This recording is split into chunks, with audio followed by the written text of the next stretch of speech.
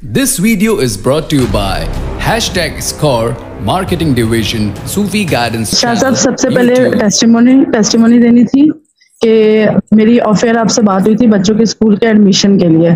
तो जो स्कूल मैंने बताया था तो आपने कहा था कि ये सही नहीं है, तो मैंने उसमें नहीं डलवाया। फिर जब मैंने कहा आप करवा दें तो आपने कहा था ठीक है वो मैं देख लूंगा।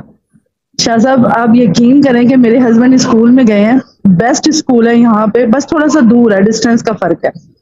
स्कूल में गए हैं, बात करने लगे हैं, मैडम ने एडमिशन फीस कट कर दी, एनुअल फीस कट करती गई और कहा कि बच्चों को टेस्ट भी देना नहीं पड़ा और कहा कि आप सिर्फ मंथली फीस पे करें और अपने बच्चे ले आए। क्या बात है। हस्बैंड पहन के क्या गए थे ये बता दे। हस्बैंड पहन के क्या गए थे? काम की बात तो ये। हाँ, ब्लू कलर के कपड़े, क्या बात है। हाँ, ये तो गुड काम हो गया। ठीक है, मैंने उनको कहा था, अब जैसे वो जाते ना तो मैं कहती हूँ कि माल को हाथ लगाते हुए, खोलते हुए, या आप ऑफिस सेंटर होते हुए ना, तो बिस्मिल्लाह पढ़ लीजिएगा, बस इतना कर दीजिएगा।